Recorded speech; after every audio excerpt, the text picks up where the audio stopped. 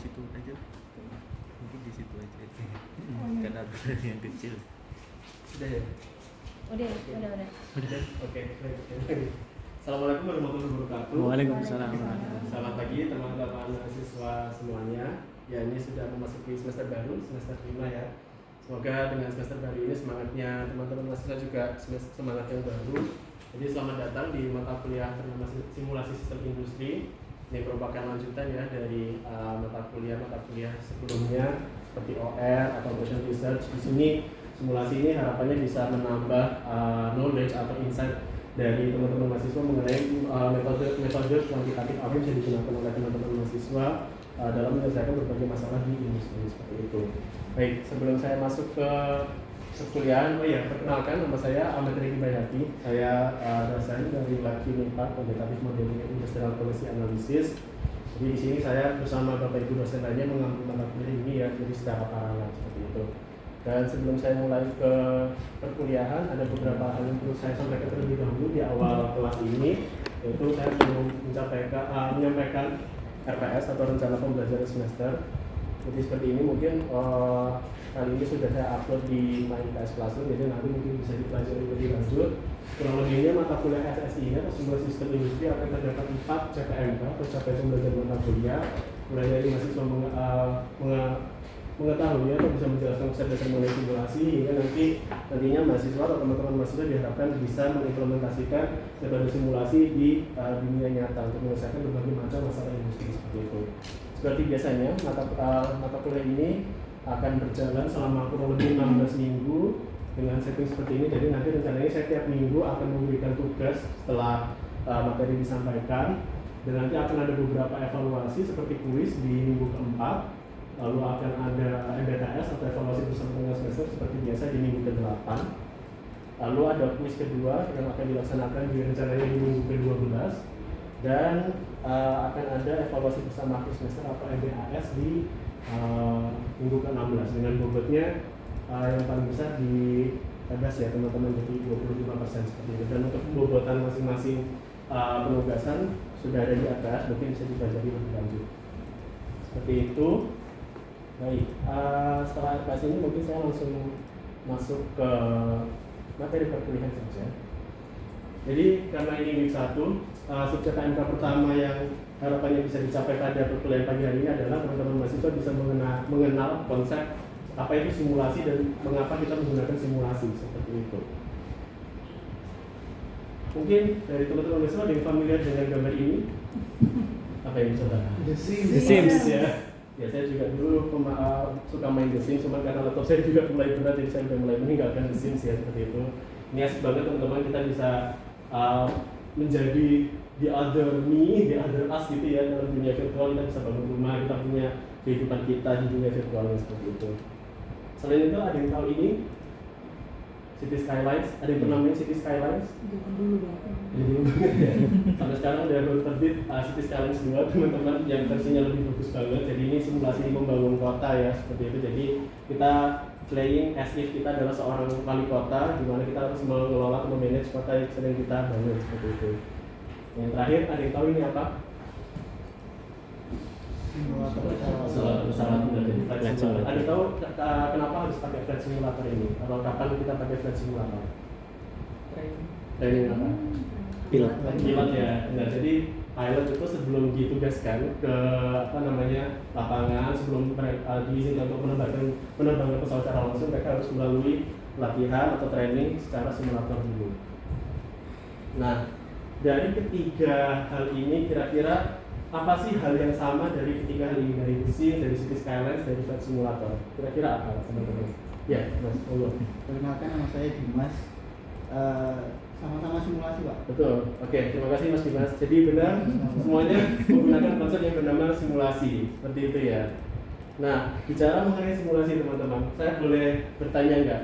Mungkin 2 atau 3 orang kasih pendapat apa itu simulasi? Mas mungkin apa itu simulasi? Simulasi adalah membuat tiruan dari dunia nyata. Tiruan dari dunia nyata. Oke. Lagi banyak mungkin simulasi itu apa, Mbak?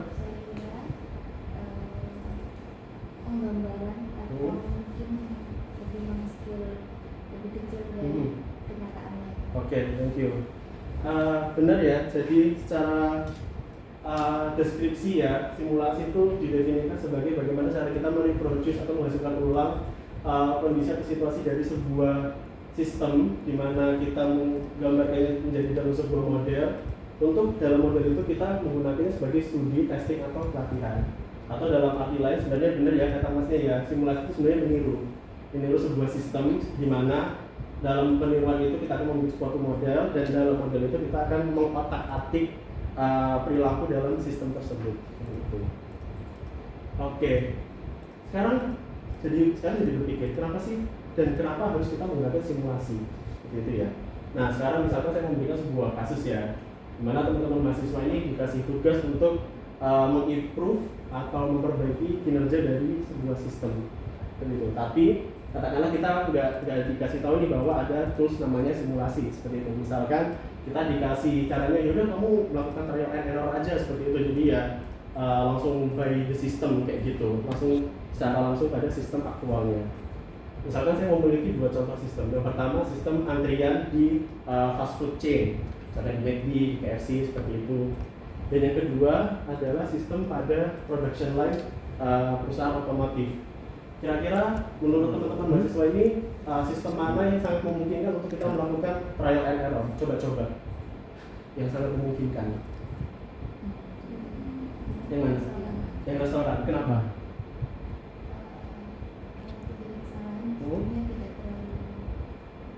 Nah, oke, benar. Kita keep dulu ya jawabannya dia. Kalau jadi trial error itu mungkin lebih sesuai atau lebih mungkin untuk dilakukan pada saat kondisinya seperti ini di sistem restoran ya, karena kalau ada kesalahan impact-nya tidak terlalu fatal. Oke, betul.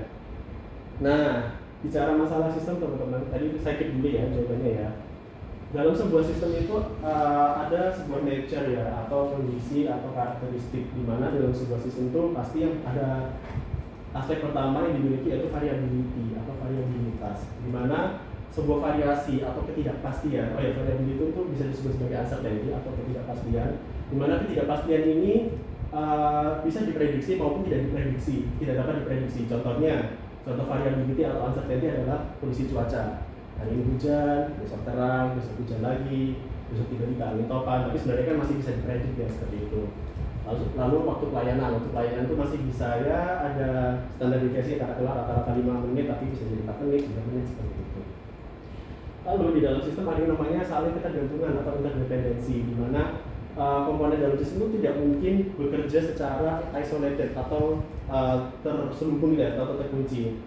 Contohnya, katakanlah ini ya, sebuah keandalan dalam production line itu mempengaruhi production rate atau tingkat produksinya, yang mana production rate ini juga akan mengaruhi pemenuhan demand atas suatu produk. Nah, kalau misalkan dua konsep ini digabung antara variability dan interdependensi, hal inilah yang membentuk yang namanya sebuah complexity, teman-teman. Jadi sistem itu menjadi kompleks apabila dia memiliki variability yang tinggi dan interdependensi yang tinggi, seperti itu. Oke, sekarang kita balik lagi ke dua sistem tadi. Kalau menurut teman-teman, mana sistem yang lebih kompleks? Yang mana? Kenapa? Membutuhkan presisi yang tinggi, resikonya besar. Oke, benar ya. Jadi automotive production line itu yang lebih kompleks. Makanya tadi pendekatan Mbaknya bahwa untuk melakukan trial and error itu kalau bisa jangan di sistemnya terlalu kompleks, di sistem yang terlalu simple, yang at least simple aja. Jadi sistem yang ini antrian di fast food chain ini makanya lebih memungkinkan atau possible untuk kita melakukan trial and error karena dia kompleksitinya jauh lebih rendah dibandingkan dengan production line seperti itu. Nah, inilah, jadi kita sudah membahas mengenai kompleksitas sistem, kita membahas mengenai trial and error, maka kita bisa masuk ke sini ya. Jadi simulasi sendiri itu memiliki karakteristik yang membedakannya dengan metodologi yang lain seperti itu. Dan nilai membuat simulasi itu menjadi tools yang cukup powerful, teman-teman. Ada beberapa hal yang menyebabkan ini. Yang pertama, simulasi itu mampu mengcapture atau mengakomodasi interdependensi di dalam sistem. Selain itu, simulasi juga mampu mempertimbangkan juga dalam hal variabilitasnya. Jadi sebenarnya dalam dua hal ini simulasi itu artinya mampu mengakomodir sistem yang sangat kompleks seperti itu. Makanya karena simulasi mampu membangun atau mengakomodir sistem yang sangat kompleks, makanya simulasi itu cukup versatile untuk memodelkan sistem apapun, dari mulai paling simpel maupun sampai yang paling kompleks seperti itu. Dan show behavior over time, jadi kita bisa melihat perilaku dalam tiap waktunya, jadi T sama dengan 1 berapa, T sama dengan 2 berapa, seperti itu kondisinya seperti apa. Dan simulasi itu murah teman-teman dibandingkan kalau kita melakukan eksperimen langsung terhadap sistemnya. Less costly, less time consuming, dan less disruptive. Ya benar ya tadi kata mbaknya, kalau misalkan kita melakukan trial and error itu, kalau misalkan kita lakukan di yang production line itu jadinya disruptif. Jadi kalau misalkan ada error itu dampaknya akan sangat fatal seperti itu. Bisa jadi kerugian, bisa jadi kecelakaan kerja seperti itu.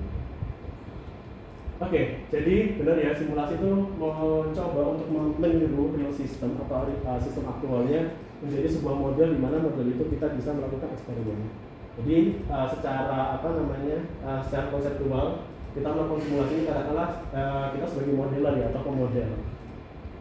Dan di sini ada sebuah aktual sistem, misalkan kita memodelkan lalu lintas, kita memodelkan pabrik seperti itu. Lalu kita melakukan observasi atau konseptualisasi. Dengan melihat real system ini kita ada gambaran nih, oh kalau misalkan production line-nya seperti ini, paling nggak alurnya seperti ini, seperti itu. Harusnya proses A, proses B, proses C dilakukan secara bergantian. Lalu setelah kita bisa menggambarkan atau punya awang-awang gitu ya di dalam otak kita terhadap real systemnya, maka kita bisa lanjut ke proses yang namanya modeling. Jadi ini menuangkan, ini aktualisasinya seperti itu. Nah, model ini teman-teman, harapannya kan model ini bisa mewakili real system. Maka dari itu ada hubungan antara real system dengan modelnya, di mana agar model bisa representatif harus dilakukan verifikasi dan validasi terhadap real systemnya. Ketika model sudah dianggap valid, sudah dianggap verify, maka dalam model tersebut kita bisa melakukan eksperimentasi dengan melakukan beberapa skenario dan juga alternatif yang telah kita susun seperti itu. Misalkan, saya punya opsi A untuk memperbaiki memperbaiki produktivitas atau memperbaiki kualitas seperti itu. Dan ini ya, jadi karena simulasi tadi bisa mengakomodir berbagai macam model atau sistem, maka cukup banyak problem-problem yang bisa diselesaikan dengan simulasi. Misalnya capacity planning, lalu cycle time reduction, perencanaan resource dan juga manpower, analisis bottleneck, lalu penghematan biaya dan juga sampai peningkatan produktivitas dan masih banyak lagi seperti itu. Oke, jadi sebenarnya teman-teman ada beberapa kondisi di mana simulasi itu cocok digunakan dan ada kondisi di mana dia tidak cocok. Dalam hal ini kita akan membahas kapan simulasi itu cocok digunakan. Yang pertama, apabila sistem atau yang objek amati yang diamati itu sifatnya operasional dan operational decision is being made. Jadi masalah decision itu kita harus mencari decision atau keputusan operasionalnya. Dan yang kedua ini paling penting, yang cukup penting, yaitu prosesnya well defined. Jadi benar-benar kelihatan. Misalkan untuk proses produksi, kalau saya dulu pernah mengamati proses produksi pipa di pabrik di rumput, itu well defined banget teman-teman prosesnya. Jadi mulai dari memasukkan raw material, dia di milling, lalu dia di cutting dan seterusnya. Lalu yang pasti ini, jadi activities dan event dalam sistemnya itu interdependent dan variabel, yang menyebabkan sistem itu kompleks. Lalu kita melakukan simulasi apabila cost impact atau dampak biaya dari decision-nya itu lebih besar daripada biaya simulasinya. Jadi kalau kita salah sedikit aja dalam mengambil decision dan impact-nya lebih besar, ya mending kita melakukan simulasi. Jadi kita coba-coba dulu nih, seperti itu, daripada kita langsung masuk ke sistem aktualnya. Dan terakhir, ini cost untuk eksperimennya di aktual system is greater than the cost of simulation. Jadi yang sama kurang lebih ini saling berhubungan. Jadi kalau misalkan kita melakukan trial and error pada sistem aktualnya itu lebih besar biayanya, maka mendingan kita melakukan simulasi. Jadi dua alasan yang terakhir ini adalah alasan yang dimotivasi oleh biaya seperti itu. Oke, jadi simulasi sendiri ada beberapa kekuatan atau advantage dari sisi penggunaannya. Pertama, simulasi itu cukup fleksibel untuk bisa memodelkan berbagai macam permasalahan, dan kita bisa diizinkan untuk memodelkan uncertainty ya atau ketidakpastian. lalu kita juga bisa lebih advance dari sisi computing and ratio, dan juga kita lebih advance dari sisi penggunaan simulasinya. Karena kan kalau simulasi itu kita akan pasti menggunakan software seperti itu, dan mungkin softwarenya macam-macam ya, di teknik industri seperti ini, baru di teknik kimia mungkin menggunakan HISIS ya seperti itu, dan macam-macam seperti itu. Ada juga menggunakan ANSYS juga seperti itu. Dan untuk disadvantage-nya sendiri, memang meskipun simulasi ini powerful, teman-teman dia masih tetap punya kekurangan. Yang pertama, jadi simulasi ini berbeda dengan OR atau operation research, di mana kalau OR itu kita sudah pasti bisa dijamin mendapatkan exact solution. Jadi solusi yang optimum itu berapa. Biasanya jadi simulasi itu sifatnya hanya aproksimasi atau pendekatan atau kira-kira doang seperti itu. Hal ini di-trigger sama alasan yang kedua, karena sistem atau nature dari simulasi sendiri adalah random input dan random output. Jadi karena inputan dari simulasi itu sifatnya acak, maka outputnya juga pasti acak. Dan ini sebenarnya saya juga tidak terlalu setuju dengan statement ini, require adequate to advanced skill. Jadi kalau kita mau menggunakan simulasi itu harus punya skill yang mumpuni lah seperti itu, tapi sebenarnya itu bisa diasah seiring dengan berjalannya waktu. Itu ya. Oke, ini mungkin slide terakhir dari saya. Mungkin secara summary apa yang saya sampaikan itu kurang lebih mencakup 4 hal ini. Yang pertama, simulasi itu mencoba meniru real atau aktual sistem menjadi sebuah model, di mana pada model itu kita bisa melakukan eksperimen secara lebih leluasa. Kedua, sistem complexity ini disebabkan oleh adanya interdependency dan juga variability dalam sistemnya. Yang ketiga, simulasi ini dapat diterapkan pada berbagai macam kasus maupun berbagai macam problem. Yang terakhir, meskipun simulasi ini adalah tool yang cukup powerful, simulasi itu memiliki kelebihan dan juga kekurangannya. Oke, mungkin itu ya materi dari saya untuk hari ini. Mungkin sebelum saya akhiri, ada pertanyaan dari teman-teman mahasiswa, silahkan. Ini bertanya, Pak, simulasinya pakai tools apa Pak? Soalnya kemarin saya dengar dari kakak tingkat saya pakai ini, kayak gitu. Atau Pak nanti tugas besarnya seperti apa, kayak gitu ya, mau nggak teman-teman? Boleh, toolsnya pakai apa aja Pak? Oke, toolsnya ya. Jadi kalau mungkin teman-teman mahasiswa tahu, jadi nanti kalau di simulasi yang konteksnya teknik industri ini ya teman-teman, mungkin simulasi itu akan menjadi sangat general di departemen lain. Kalau di TI itu kita menggunakan sistem konsep simulasi namanya simulasi kejadian diskrit atau discrete event simulation. Dan untuk software sendiri macam-macam, ada Arena, ada Extensive, ada Flexsim, ProModel, dan yang lain-lain. Dan di kampus-kampus lain itu berbeda-beda penggunaannya. Contohnya kalau di UI, seingat saya itu dia pakai ProModel. Kalau di kampus-kampus Surabaya ini, setahu saya pakainya Arena. Kalau di TI sendiri kami awalnya kami menggunakan Arena, tapi sekarang kami sudah switch ke Extensive. Nah, mungkin kalau di konteksnya jurusan lain, departemen lain, itu software simulasinya bisa jadi berbeda. Katakanlah kalau yang saya tahu di teknik mesin itu ada menggunakan ANSYS untuk simulasi struktur materialnya, struktur apapun itu, untuk ngecek si gear itu kapan rusak kayak gitu. Atau mungkin kalau saya lupa di jurusan apa, dia juga mensimulasi mekanika fluida, mekanika udara juga, jadi melihat pergerakan suhu di dalam sebuah ruangan. Jadi simulasi ini berguna banget teman-teman seperti itu. Jadi kita nggak langsung melihat atau coba-coba di real sistemnya, tapi kita lihat dulu di komputernya kayak apa, terus benar nggak, lalu kita validasi terhadap di aktual sistem seperti itu. Oke, ada lagi teman-teman mungkin pertanyaan? Iya, monggo. Tadi ada pilihan ketika ada simulasi yang sederhana dan simulasi yang kompleks. Jadi bilangnya memilih simulasi sederhana. Tapi ketika kita menghadapi fenomena bahwa kita membutuhkan simulasi untuk kasus yang kompleks, itu treatmentnya gimana? Apakah harus dipikir menjadi simulasi beberapa sederhana? Oke. Good question Mas. Jadi benar, kalau misalkan ada problem yang terlampau kompleks dan terlampau luas, saran saya mungkin diberikan dari menjadi sub problem. Jadi nanti kalau soalnya kalau kayak gitu kita bisa membagi problem itu menjadi sesuatu yang lebih manageable. Nanti kalau misalkan kita udah bangun sub problem A, sub problem B, sub problem D, baru nanti kita gabung menjadi satu seperti apa.